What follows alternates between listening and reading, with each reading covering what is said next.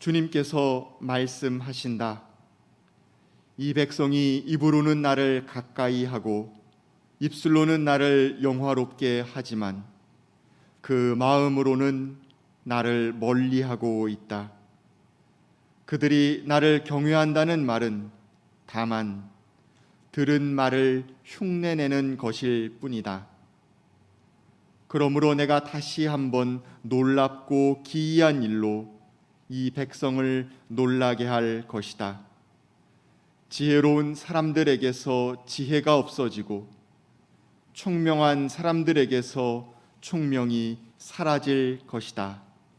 추위가 아주 혹독합니다. 추위 가운데 살아가고 있는 에너지 빈곤층들, 그리고 엄동설안에 바깥에서 추위를 무릅쓰고 일해야 하는 모든 분들에게도 하나님의 다사로운 사랑이 그들을 품에 안아주시기를 소망합니다. 인간 세상이 안 그런 적은 없지만은 세상이 참 다이내믹하다는 생각이 듭니다. 상상을 뛰어넘는 일들이 자주 벌어져서 우리를 놀라게 만들기도 합니다. 누군가를 좋아하고 지지하는 것은 개인의 자유라지만 누군가를 우상시하고 경배하는 것은 다른 문제입니다. 그 때문에 저는 정현종 시인의 우상화는 죽음이니라는 시를 자꾸만 떠올리지 않을 수 없습니다. 그저 좋아하고 그저 사랑하고 사뭇 찬탄은 하리로되 신격은 우습지. 시인은 그렇게 노래하고 있습니다. 그리고 시인은 우연인지 아닌지 창밖을 지나가고 있는 한 여성이, 아가씨가 입술에 루즈를 바르는 모습을 봅니다. 그리고 이렇게 노래합니다. 그렇지, 루즈 바르는 취미 같은 게 100배, 1000배 낫지. 심심함을 섬기는 게 낫지라고 노래하고 있습니다. 누군가를 우상화하고 신격화하고 거기에 자기를 합일화하면서 뭔가를 하는 사람들은 신념 속에 하고 있는 일처럼 보이지만은, 그러나 오히려 세상의 분열과 갈등의 씨앗을 뿌리는 일들이 비일비재함을 우리가 잘 알고 있습니다. 담을 만들어 사람들이 소통하지 못하도록 하는 사람들 많이 있습니다. 이것은 비단 미국만의 문제는 아니지요. 우리 역시 이런 혼돈 가운데 있는 것이 분명합니다. 내가 지지하는 어떤 정치인들 아닌 사람은 전부 부정하고 멸시하고 끌어내리려고 하는 이런 열정들이 오늘 우리 사회를 아주 어렵게 만들고 있다고 말할 수밖에 없겠습니다. 우리 사회가 참으로 어둠 속에 있습니다. 16개월을 살다가 세상을 떠난 정인이 이야기, 우리의 말문이 막히게 만드는 현실이었습니다. 모든 생명이 하나님께로부터 왔다고 하는 우리의 고백을 무색하게 만드는 그 폭력이 이 땅 도처에서 벌어지고 있음을 우리는 알고 있습니다. 기독교 신자를 자처하는 양부모에 의해 그 연약한 생명에 가해진 폭력 이야기는 가히 악마적이었습니다. 사람들은 묻습니다. 어떻게 믿는 사람들이 그럴 수 있냐고? 대답은 이러합니다. 믿는 이는 그럴 수 없습니다. 다시 말하면 스스로 믿는다고 말하면서도 그렇게 누군가에게, 연약한 생명에게 폭력을 가하는 사람들은 스스로 믿는다고 생각할지 모르지만 오히려 그들이 믿는다고 고백하는 예수 그리스도를 배척하고 오히려 그를 욕되게 만들고 있다는 사실을 우리들이 알아차려야 한다는 얘기입니다. 믿음의 외양은 갖췄지만 실제로는 믿지 않는 사람들이 아주 많이 있습니다. 우리의 이웃들을 위험에 빠뜨리고 소외시키고 헐뜯고 생명을 위축시키면서 가장 열심히 믿는 것처럼 생각하는 사람들, 그들은 천하 없는 말을 한다 하더라도 오도된 영혼들이고, 그리고 그들은 실천적 무신론자들입니다. 유화대학교의 박경미 교수는 그러한 우리의 종교의 현실을 적나라하게 폭로하고 있습니다. 그는 이렇게 말합니다. 한국 기독교는 예수가 빠진 대신 종교 냄새가 너무 난다. 원래 냄새는 뭐든 상할 때 많이 나는 법이다. 열심은 열심인데 너무 냄새나는 신앙이고 자기 냄새에 자기가 도취해 있어서 남들이 자기한테서 무슨 냄새를 맡는지 의식하지 못한다. 여러분, 이거 기가 막힌 이야기 아닙니까? 그리고 여러분, 루미라고 하는 사람은 얘기했습니다. 생선은 꼬리가 아니라 머리부터 상한다고 말입니다. 한국교회에 이런 종교 냄새가 나고 있는 것, 썩은 내가 난다고 한다면 그것은 누구의 책임입니까? 여러분, 제가 이 앞에 서 있습니다만 바로 목사들의 책임이라고 얘기해야 할 겁니다. 박경미 교수의 말은 이어집니다. 종교 냄새가 난다는 것은 상식적이고 일반적인 언어로 자기를 표현하지 못하는 종교라는 뜻도 되고 일상의 삶 속에서 생활화되지 못한 종교라는 뜻도 된다. 그저 교회 안에만 갇혀있는 교리적인 종교이고 틀에 박힌 종교라는 뜻이다. 이런 종교는 교회 밖의 세상에 대하여 설득력이 없다. 교회 안에서는 열심이지만 일단 교회 밖 넓은 세상에 나오면 마치 외국어로 말하는 사람들처럼 소통이 안 된다라고 말합니다. 일상의 삶 속에서 생활화되지 못한 신앙, 바로 그 신앙이 문제입니다. 신앙처럼 여기지만은 사실은 신앙이 아닌 그것이 문제라는 얘기입니다. 이 정준 선생님의 소설 제목을 비로 말하자면 그런 믿음은 당신들의 천국에 지나지 않는다 하는 얘기입니다. 진정한 믿음이라고 하는 것은 하나님의 마음을 알아차리는 데 있다고 말할 수 있습니다.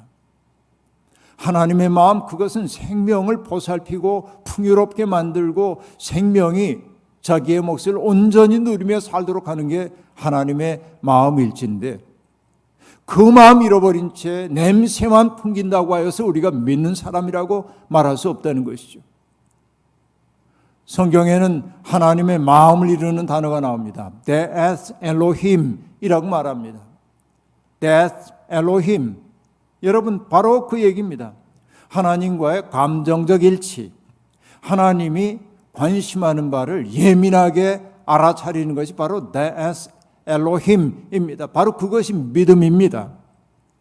Death의 상실, 그 하나님의 마음을 상실하는 것이야말로 인간의 타락이라고 말할 수 있겠습니다. 오늘 우리의 길잡이는 이사야입니다. 이사야 선지자는 주전 8세기 아시리아라고 하는 강대국이 중근동 세계를 폭력적으로 유린하고 있던 때 활동했던 예언자입니다. 오늘의 본문 말씀은 너에게 재앙이 닥칠 것이다 라는 말로 시작되는 그 단락의 일부분입니다. 너에게 재앙이 닥칠 것이다 라고 하는 것, 여러분 개역 성경은 이것을 아주 함축성 있게 화로다라고 하는 말로 요약하고 있습니다. 28장부터 31장까지 4개의 장과 33장을 시작하는 말이 바로 화로다라고 하는 말입니다. 바로 이 대목은, 이 시대는 히스기야 시대를 배경으로 하고 있습니다. 히스기야는 여러분 성경에서 대단히 긍정적으로 평가되는 왕이긴 합니다. 그는 선왕인 아하스의 뒤를 이어 애굽의 왕이 유다의 왕이 된 사람입니다. 그의 선왕인 아하스는 아시리아에게 굴복했었죠. 그리고 아시리아에게 신하의 예를 바치기도 했습니다. 히스기야는 국제 정세의 변동을 틈타가지고 아시리아로부터 독립하고자 하는 열망을 품고 있었습니다. 그 때문에 히스기야는 긍정적으로 평가됐던 것이죠. 아하스가 아시리아를 섬길 수밖에 없었던 그 까닭을 우리는 알고 있습니다. 아시리아가 점점 세력을 키워가지고 서쪽으로 세력을 뻗쳐오기 시작할 때 두려움을 느꼈던 시리아와 북이스라엘이 동맹을 맺어서 아시리아의 서진 전책에 맞서려고 했습니다.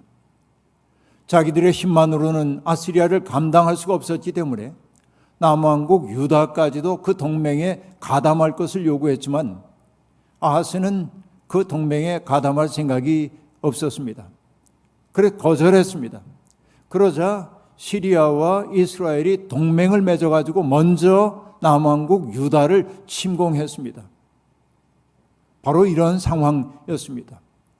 두려움을 느낀 아하스는 하나님에게 매달리기보다는 오히려 아시리아에 사신을 보내가지고 우리를 구해달라고 그렇게 청하기에 이르렀습니다. 그냥 청할 수가 없으니까 그는 왕궁과 성전에 있는 금을 혹은 은을 그 모든 보화들을 다 끄집어내가지고 그것을 뇌물로 디글랏 빌레셀이라고 하는 왕에게 갖다 다 바쳤습니다. 그 때문에 디글랏 빌레셀은 대군을 이끌고 와가지고서는 시리아를 치고 북왕국 이스라엘을 쳤던 것입니다. 그 때문에 아하스는 나라를 유지할 수 있었습니다.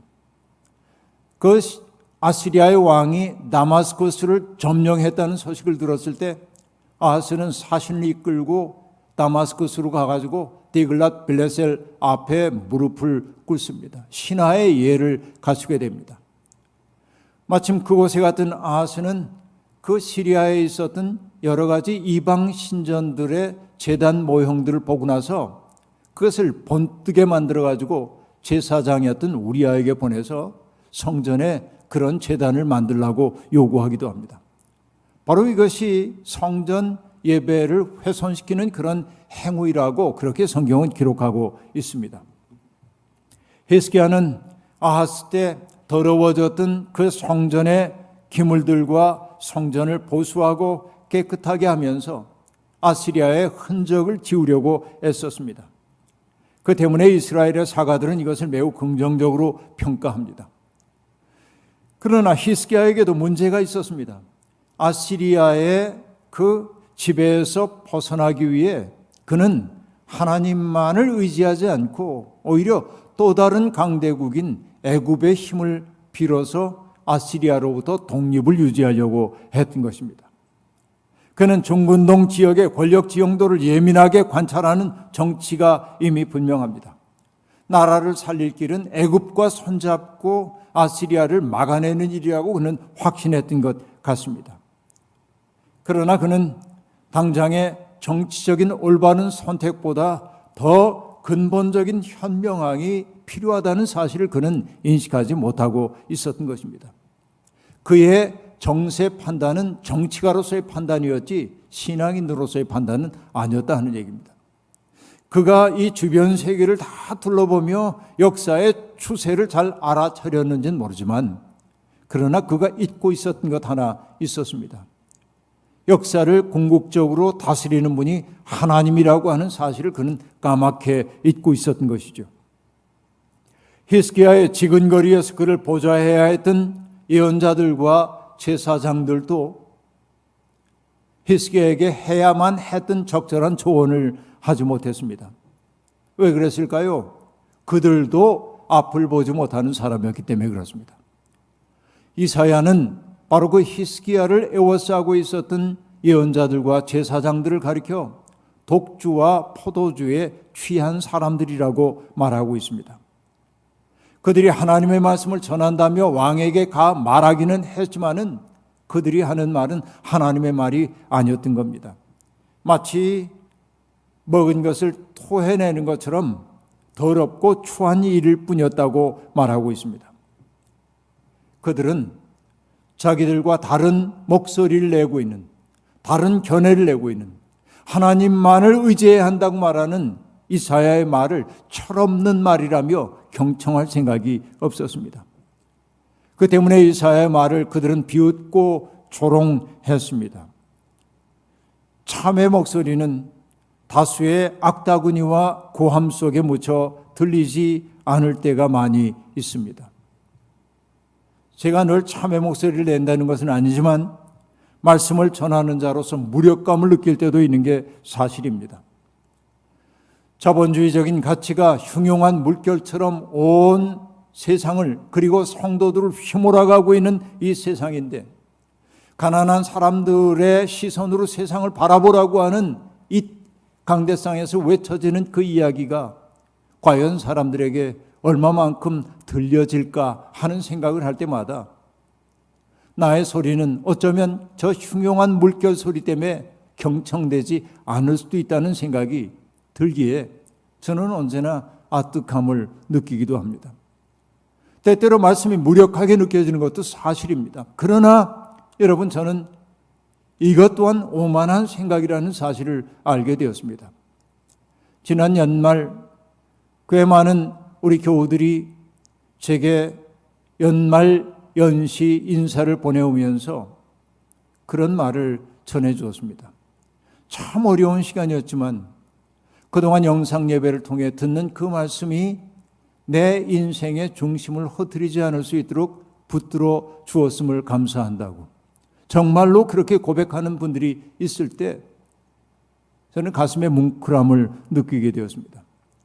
하나님의 말씀은 무력하지 않구나라고 하는 사실을 절실히 느낄 수 있었기 때문에 그렇습니다. 이사야도 암울한 현실 때문에 우울했던 것 같습니다. 그는 이렇게 말하죠. 제사장들이 나에게 빈정거린다. 저자가 누구를 가르친다는 건가? 저자의 말을 들어야 할 사람이 누구란 말인가? 젖된 아이들이나 가르치라고 하여라. 젖을 먹지 않는 어린아이들이나 가르치라고 하여라 라고 말합니다. 여러분, 진리의 가장 큰 적은 누구이겠습니까? 진리를 알고 있다 혹은 진리를 가르친다 하는 사람들인 경우가 많이 있습니다.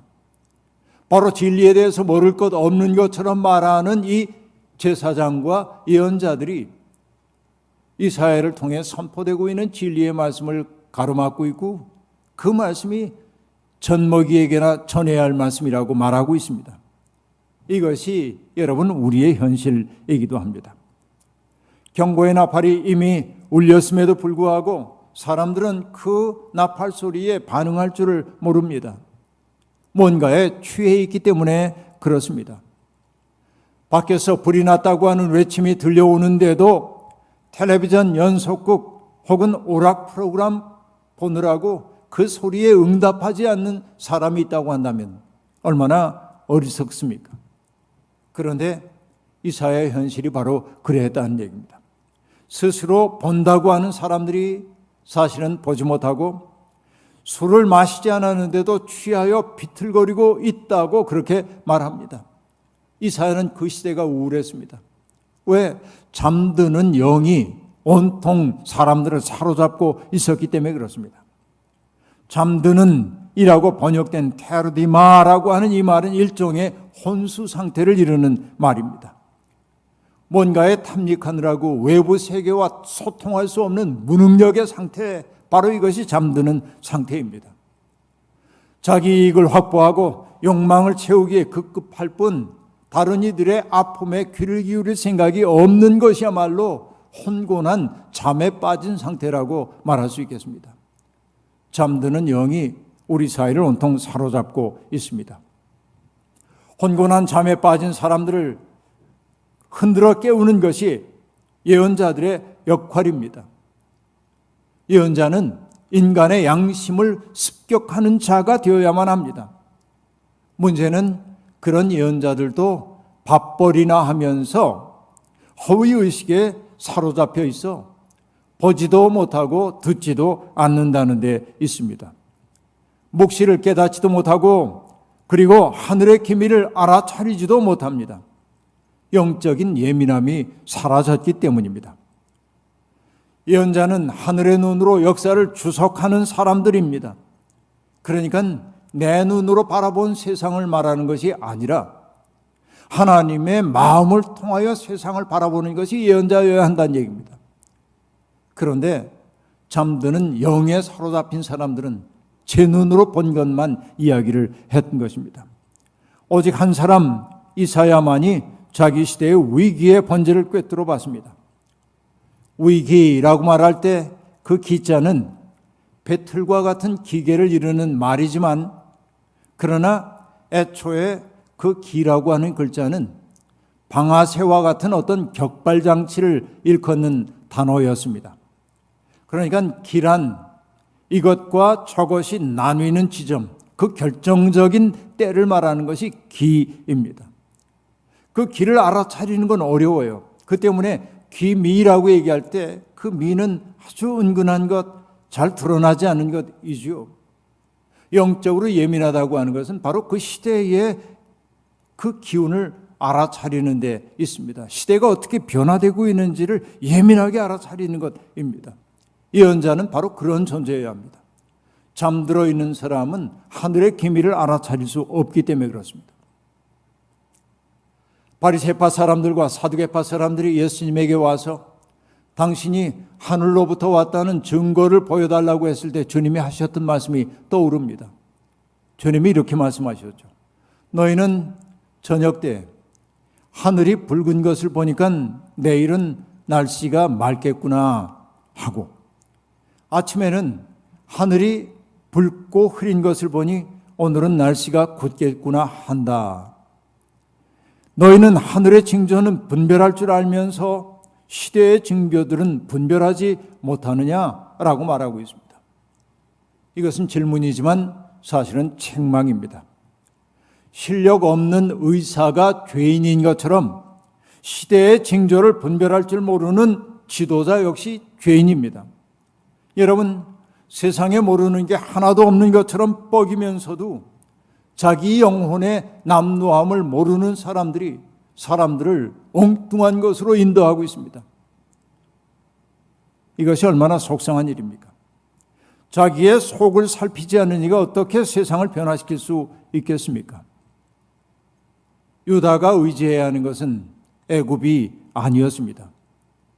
영원한 우방도 영원한 적도 없다고 하는 외교가의 이야기처럼 이익이 모든 가치의 척도가 되는 순간 세상은 각자 도생의 살벌한 전쟁이 되어버리고 맙니다. 애굽은 의지할 만한 세력이 아닙니다. 이해관계가 달라지면 언제나 등을 돌릴 수 있는 상대이기 때문에 그렇습니다. 그 때문에 예언자들은 애굽을 가리켜 상한 갈대 지팡이라고 얘기했던 겁니다. 그것을 의지하다는 그 부러진 지팡이에 스스로 찔릴 수밖에 없다는 이야기입니다. 우리가 붙들어야 하는 것은 정의와 공의입니다. 그것은 시대가 변해도 사람이 달라져도 훼손되어서는 안 될 가치입니다. 그 때문에 이사야는 결정적인 말을 하고 있습니다.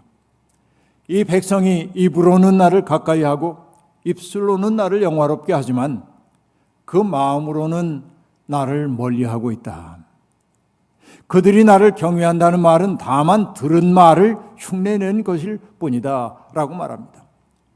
입으로는 가까이 하지만 마음으로는 멀리한다는 것. 하나님 말하지만은 하나님의 마음은 알아차리지 못한다고 하는 것. 이처럼 슬픈 현실이 어디에 또 있을까요? 어떤 이는 종교를 가리켜 허위의식이라고 말했습니다. 다시 말하면 그런 이들에게 종교는 우리를 그럴싸하게 포장하는 포장지에 불과하다고 하는 말입니다. 그런데 그 허위의식이 포장지에 그치고 만다면 다행이지만 다른 이들을 혐오하고 그리고 폭력을 가하는 일에까지 용기를 준다고 한다면 그것이 더 큰 문제 아니겠습니까? 바로 그것이 교만함입니다. 신앙을 갖고 있다고 하는데 교만하기 이를 데 없는 이들이 있습니다. 교만에 빠지는 순간 지혜로운 자들의 지혜는 사라지고 총명한 자들의 총명은 사라진다고 오늘 예언자는 말하고 있습니다. 그렇다면 여러분, 정말로 우리가 하나님을 안다는 것은 어떤 것일까요? 하나님을 정말로 아는 사람들은 어떤 모습일까요? 여러분, 다양한 말 가능하지만은 예레미야가 한 말 가지고 간결하게 대답하고 싶습니다. 예레미야 22장 16절에 그는 이렇게 말합니다. 그는 가난한 사람과 억압받는 사람의 사정을 헤아려서 처리해 주면서 잘 살지 않았느냐? 바로 이것이 나를 아는 것이 아니겠느냐? 나 주의 말이다. 하나님을 안다는 것, 가난한 사람과 억압받는 사람의 사정을 헤아리고 처리해 주는 것, 바로 그게 하나님을 아는 거라고 얘기하고 있습니다. 예수님도 말씀했죠. 너희는 가서 내가 바라는 것은 자비요 희생제물이 아니다 하신 말씀이 무슨 뜻인지를 배워라 라고 말합니다. 나는 의인을 부르러 온 것이 아니라 죄인을 부르러 왔다 말씀하셨죠. 자비 없는 신앙, 세상의 연약한 것들에 대한 아픔을 느끼지 않는 신앙,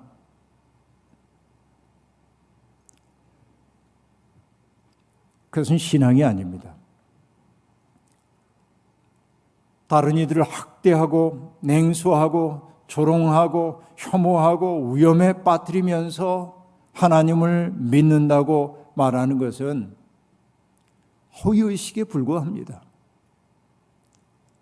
속아 살지 말아야 합니다. 신앙은 상식을 뛰어넘지만 몰상식해서는 안 됩니다. 신앙은 우리의 일상적인 삶의 자리에서 아름답게 구현되어야만 합니다. 짐이 무미란 말이 있습니다. 지극한 맛은 아무 맛도 없다라고 하는 뜻입니다. 책은담에 나오는 말인데요. 책은담에서 이런 말도 있습니다. 참맛은 담백할 뿐이고 지극한 사람은 단지 평범할 뿐이다 라고 말합니다.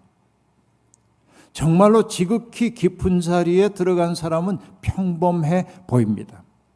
요란 떨지 않으면서도 주변에 있는 사람들을 알뜰히 챙기고 보살핍니다. 바로 그런 사람이야말로 하나님의 마음을 알아차린 사람. 아까 얘기한 대로 데에스 엘로힘, 하나님의 마음과 접속된 사람이라 말할 수 있겠습니다.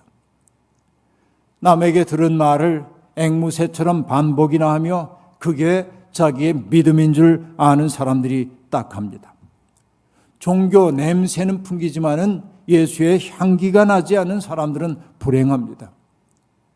열매를 보아 그 나무를 안다 했습니다. 이 엄혹한 시대에 세상은 그리스도의 향기를 은은하게 드러내는 사람들을 부르고 있습니다. 사랑과 평화, 따뜻함과 친절함, 연대와 환대의 열매를 맺는 사람들, 바로 그들이 우리들이어야만 합니다. 무정한 세상입니다. 사나운 세상입니다. 불친절한 세상입니다. 냉소가 넘치는 세상입니다. 이 속에서 우리 일상의 삶의 자리에 들어가서 사람들을 따뜻하게 만들고 사람들의 시린 영혼을 친절함으로 다독여주고, 그래서 정말 하나님이 살아계시다는 사실을 입술이 아니라 삶으로 보여주고 입증하는 우리가 되기를 주의 이름으로 축원합니다. 아멘. 주신 말씀 기억하며 거듭의 기도 드리겠습니다. 하나님, 우리의 삶 속에 하나님의 그 은혜가 가득 차오기를 소망합니다. 하나님을 믿는다고 입술로 고백하면서도 우리는 삶으로 하나님을 부정하며 살았던 나약한 부족한 종들입니다. 믿는다고 다른 사람들이 하는 말을 동어반복으로 반복하면서도 하나님의 마음은 느끼지 못했다면 우리는 얼마나 부끄러운 신앙인지요. 이제는 하나님의 마음과 깊이 접속된 사람들이 되고 싶습니다. 냉랭하고 무정한 세상에 생명의 온기를 가져가는 사람들이 되고 싶습니다. 특별한 계시를 구하는 사람이 아니라 우리에게 주어져 있는 일상의 삶의 자리에서 하나님의 뜻을 살아내는 아름답고 멋진 신앙인들이 되도록 인도해 주옵소서. 예수님의 이름으로 기도하옵나이다. 아멘.